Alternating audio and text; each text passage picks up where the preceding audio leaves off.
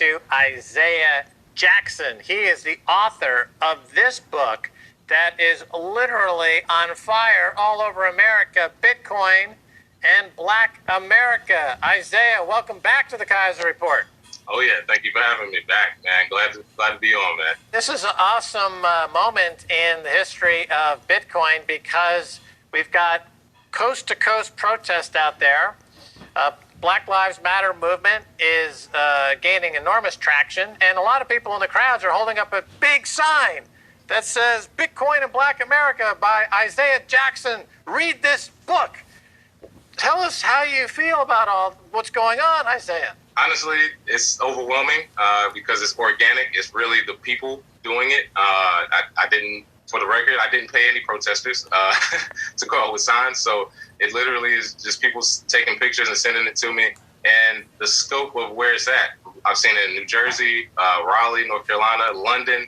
The fact that it's international now is very promising. So good to see. And I'm glad people are focusing on the economics that can come after the smoke clears. And of course, you and I have a long history with Bitcoin. As a matter of fact, on page 12, it's mentioned that a notable white man named Max Kaiser was basically telling the black community in America to buy as much Bitcoin as they possibly could because they could buy the white community.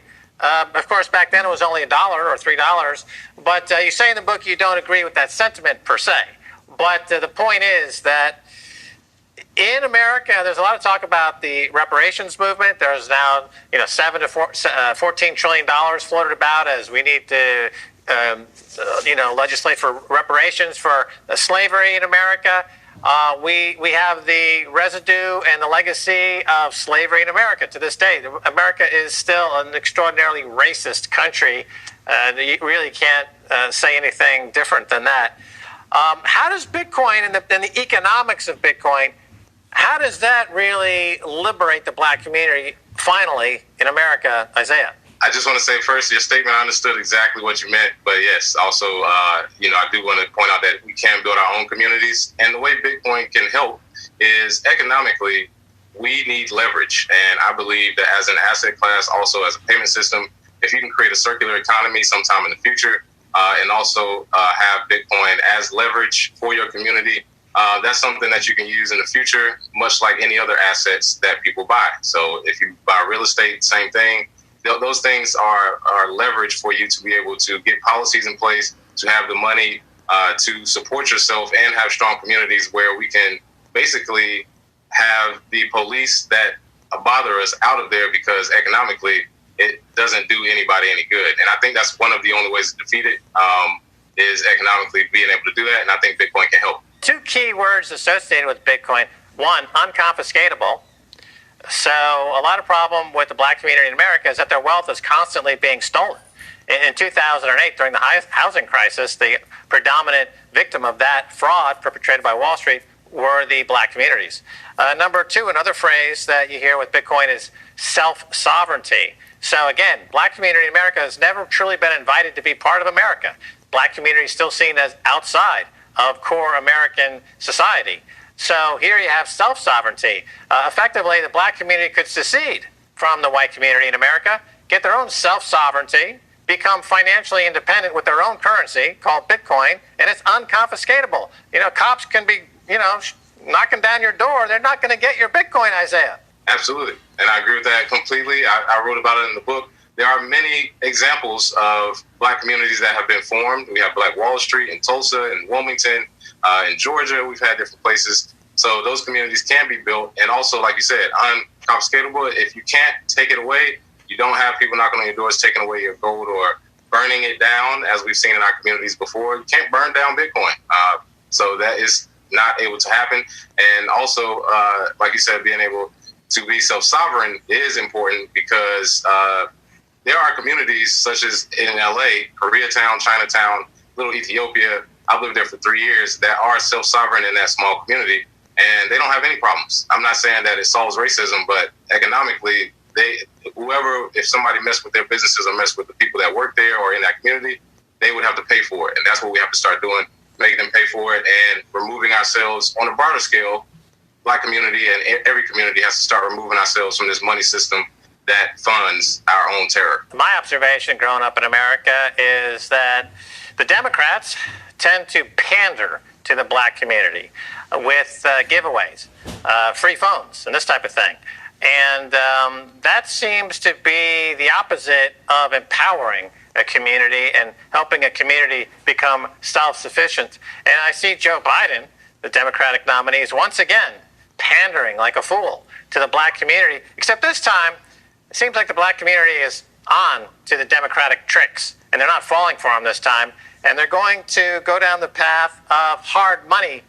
And that's what we're talking about. In your own personal journey, which you document in this excellent book, Bitcoin and Black America, available on your online bookseller, I suggest you buy a copy immediately. As a matter of fact, buy 10 copies and give them to all your white friends so that they'll know what's happening, what's coming soon with black community in America.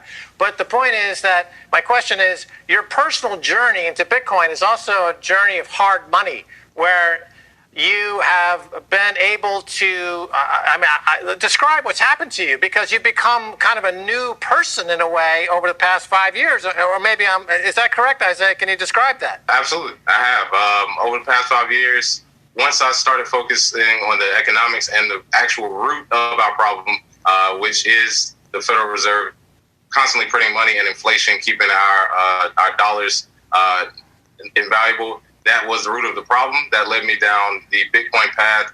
And I just, at a certain point in my life, about 5 years ago, decided that if this is a solution, it has to involve the black community, because on the broader scale of the world, there are more black and brown people in the world than there are white people. So when people think about, who to pander to in my community, I'm like, I'm focusing on my community, because around the world, we have so many different cultures that could adopt Bitcoin. And that, to me, was the root of most of the problems people have. If your money is bad, whoever controls the money controls you. So once you take away that control, I just combined those things, and it took me down this path where I'm at a point that's pretty much all I'm focused on. And yes, it has changed me for the better. Bitcoin has increased in price, so that has helped with the marketing side of it. But I still want to make sure people get the why of Bitcoin.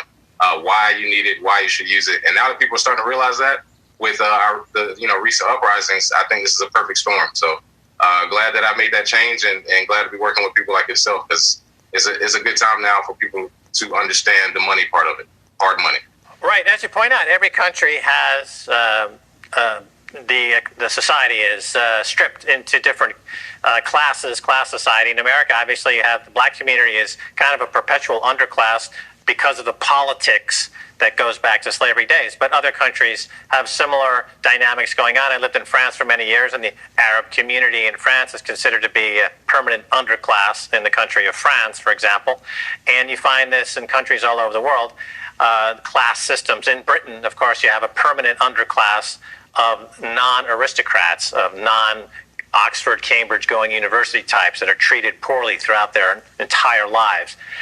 All of these groups all over the world who are tired of having their individual sovereignty and agency destroyed with paper money, by adopting Bitcoin, they can self-actualize and become real strong. And on that note, I wanted to ask you about George Floyd, of course, was murdered for the alleged crime of passing a counterfeit $20 bill. I mean, what's remarkable to me, Isiah, it all comes back to money, right? Here's George Floyd, who's murdered for allegedly passing a fake $20 bill, murdered by the state that just printed a counterfeit $6 trillion to bail out Warren Buffett, to bail out Jamie Dimon.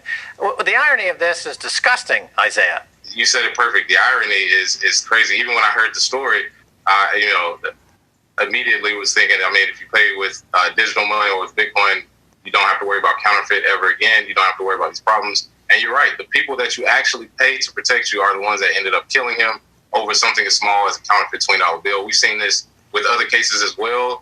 We've seen killings of people with handcuffs, people killed in their home while they're sleeping. All of these things are disgusting. And I am not saying that Bitcoin is the savior of police brutality. However, what I am saying is when you own and control your communities, it's much harder for police to come in and take that wealth away today. Now, it has, some things have happened in the past, but at this point, I think the black community is strong enough to realize that And I think with the George Floyd killings, the uprisings that have happened have been beautiful to see because people are tired. And I think it's a perfect storm. It's the summertime. People are broke. They're unemployed. College kids are out of school.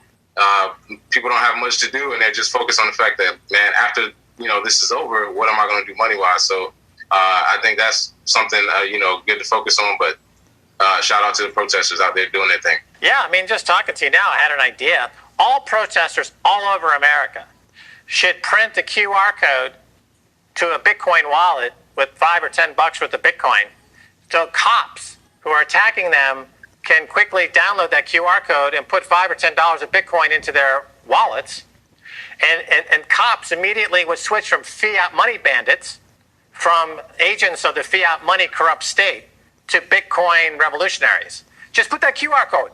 Forget the signs that say, down with the cops or cops are bad. Just put a QR code, give them a couple of bucks of Bitcoin, and change the way they think, because they're being paid in fiat, and they're all going to go bankrupt very, very quickly. Now, to quote Saul Williams, one of the greatest artists of the 20th and 21st century, I love his music. He put out a song recently, or a few years ago, which he said he's got a list of demands, and which is a brilliant song. Trying to get Saul Williams on Kaiser Report now for 5 years. I hope he hears this and will respond to me and come on the show.